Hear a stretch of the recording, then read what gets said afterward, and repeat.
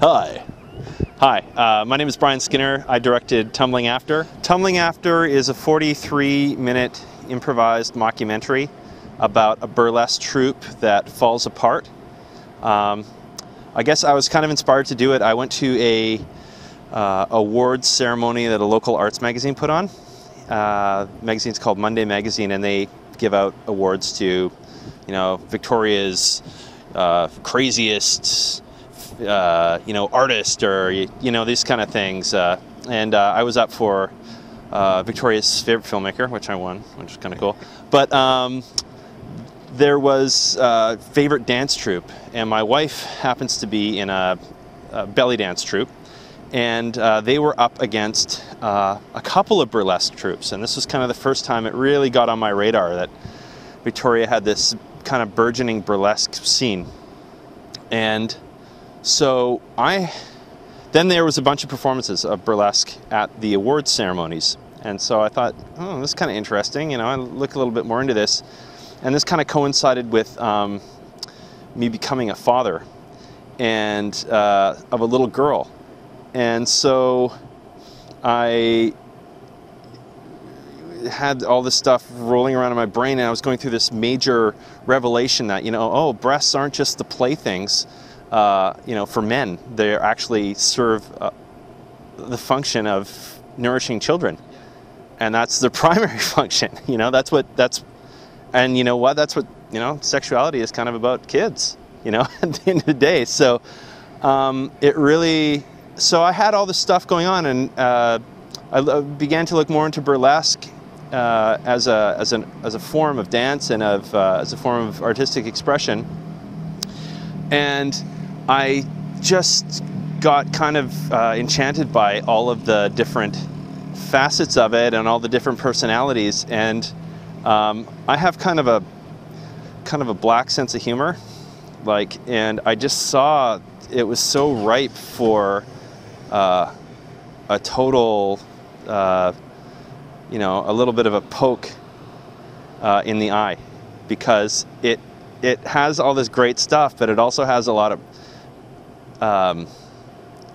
pretense, and it has a lot of you know, it's just ripe for it. So I worked with some people that are fabulous improvisers, and we improvised all the material all the scenes that weren't in the film as our rehearsals, and then we just shot it over 4.5 days, and it's all improvised, all the dialogue in the film, and it's almost all first takes. I didn't tell the camera people what was going to happen. Because I didn't want the camera to lead, I wanted the action to lead, and then it to look like a documentary.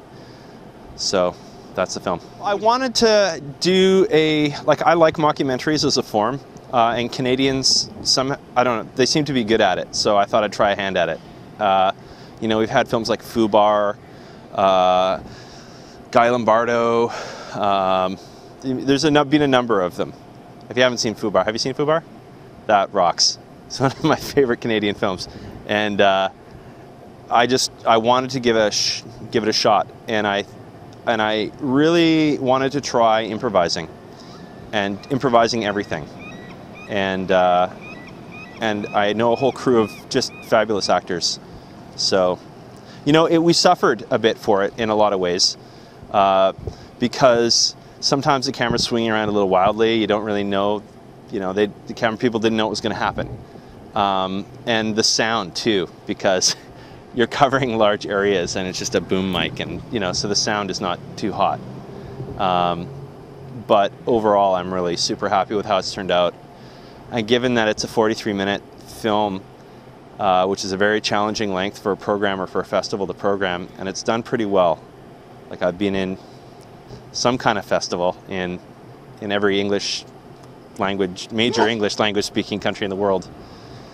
And I just came back from Strasbourg, France, where it got in there too. It's, you know, it was a risk, but there wasn't that much. I could afford to take the risks because there wasn't any money involved. Normally with a project, what I'll do is it's very conventional. You sit down, you create a 3-act structure, and then you write the dialogue. And actually one of the reasons that I really wanted to do this film this way is because my last film was one called Runaway Production, which was a semi-autobiographical thing about me being a videographer for American productions that film tape in Victoria for casting, and what a dehumanizing experience that is for actors, really, and issues of like identity and nationhood are in there too. And but I found that I was a little didactic. So that's one of the reasons I wanted to get into the improvising, because I wanted to create the structure, you know, an 8-page structure, a basic framework about what had to happen in each scene, and give the actors motivation, but then let them get there themselves, and to remove myself as, you know, get me out of their heads and let their character speak. Yeah, I'd like to try it again, definitely, that form of improvising. I still feel like I have authorship, because all of the motivations were all given by me, and we got to the right place in terms of how the style of acting that I was looking for in rehearsal, and our rehearsal process was improvising scenes that weren't in the film.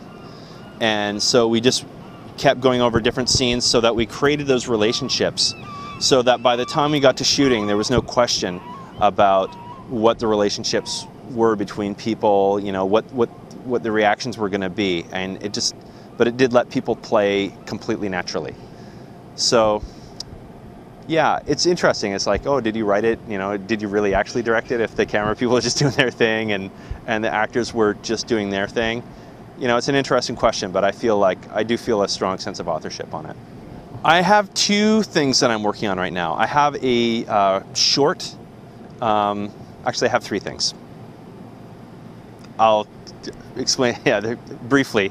I'm working on another burlesque piece. It's a straight up piece called Tirza, and I'm working with quite a well-known Victoria burlesque star named Bettina May, and we're trying to get that going, and it's kind of much more about choreography and using camera, because that's what I feel I kind of fell down on in this. I didn't have the time to really get into choreographing a camera with a dancer, and that's what I'm interested in with this next one. It's a kind of a surrealistic fantasy burlesque.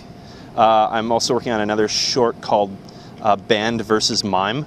It's a 5-minute comedy short about busking acts, one a mime, the other a full band, fighting it out for a spot.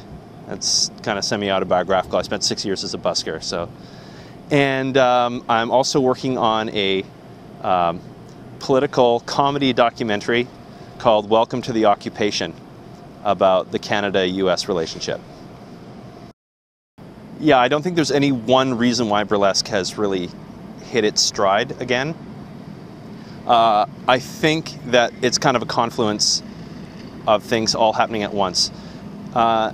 It has been a way for a certain kind of